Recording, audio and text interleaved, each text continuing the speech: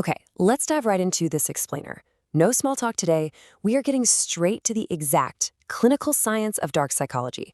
We're going to break down these specific mechanics of how manipulation operates, why the brain gets trapped in toxic dynamics, and, most importantly, the logical steps you can take to break free. Here is our roadmap for today. We'll start with the dark triad personalities, move right into the tactics of dark psychology, and then cover the mechanics of gaslighting. From there, we'll unpack the trauma bonding trap, look at its impact on self-esteem, and wrap up with how to break the cycle.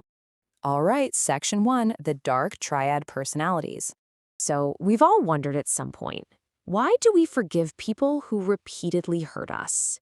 Society loves to label this as just weakness or naivete. But science tells a completely different story. It's actually a highly predictable biological trap. But to really understand this trap, we first have to understand the architect behind it. See, dark psychology relies on hidden control. It's literally the study of how people weaponize human behavior to manipulate and coerce you. Think of it like an invisible puppeteer, right? Someone else is pulling your emotional strings all while keeping their own hands safely hidden in the shadows. These manipulators usually exhibit what we call dark triad traits. Now, while they all totally lack empathy, their engines run on completely different kinds of fuel. Narcissism, that's driven by a craving for admiration. To them, other people are literally just mirrors to reflect their own greatness. Psychopathy is driven by thrill. It's all about seeking dominance with this callous disregard for risk. But that middle trait, that one requires some special attention. Machiavellianism. This is all about treating human beings as pawns on a chessboard. They crave control above absolutely everything else. They don't need that immediate applause like a narcissist does, and they definitely aren't impulsive like a psychopath. Nope, they are cold, calculating, and perfectly willing to play a really long game just to gain power. Moving on to section 2, tactics of dark psychology. So the very first tactic here is love bombing.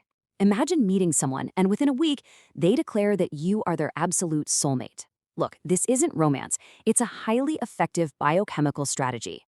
By overwhelming you with intense affection, the manipulator is actually flooding your brain with dopamine and oxytocin.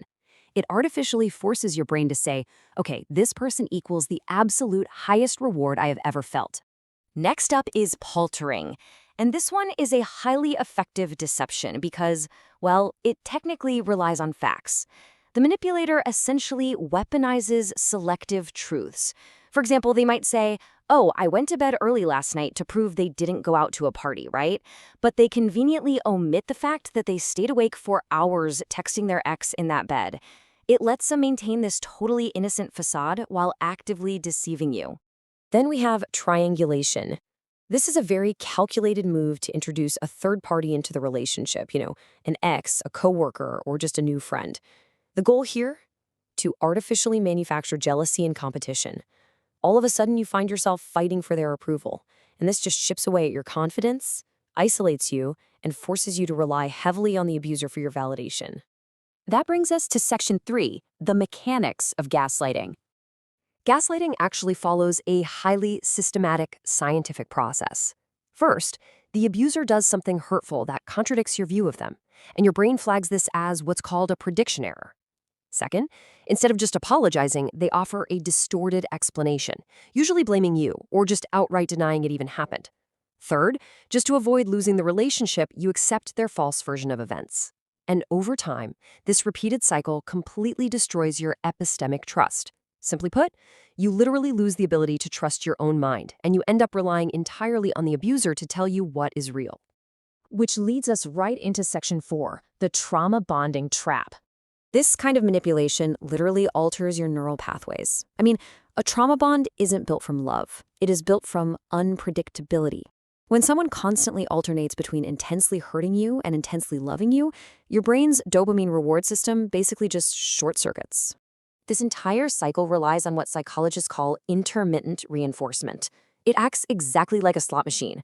You start out with that love-bombing dopamine flood, right? But then that's followed by criticism, eventually peaking at overt abuse. And then comes the jackpot, reconciliation. Because your brain was suddenly starved of its baseline dopamine, that return of affection feels like massive euphoric relief. It's this exact unpredictability that chemically hooks your brain. It actually makes the attachment vastly stronger than a normal, stable, healthy relationship would be. Now let's look at Section 5, the impact on self-esteem. As the abuser continually overwrites your reality, your self-worth just absolutely crumbles. Psychology uses something called sociometer theory to explain this. Basically, our self-esteem acts as an internal gauge of social acceptance. So when the person closest to you is constantly invalidating your thoughts and your feelings, that internal gauge just hits zero. You're left feeling fundamentally flawed and, again, entirely dependent on them. Let's actually shatter a pretty common myth right here. You might think that only gullible people fall into these traps, but actually, research shows the exact opposite. Highly analytical, deeply empathetic people are the absolute prime targets. Why? Well, because when chaos hits, smart people naturally try to analyze it and fix it. They ask things like, okay, what did I do wrong here? How can I understand where they're coming from? And look, this self-reflection is an amazing trait, but a manipulator will absolutely use it as a leash to pull you deeper and deeper into their maze. Finally, Section 6, breaking the cycle.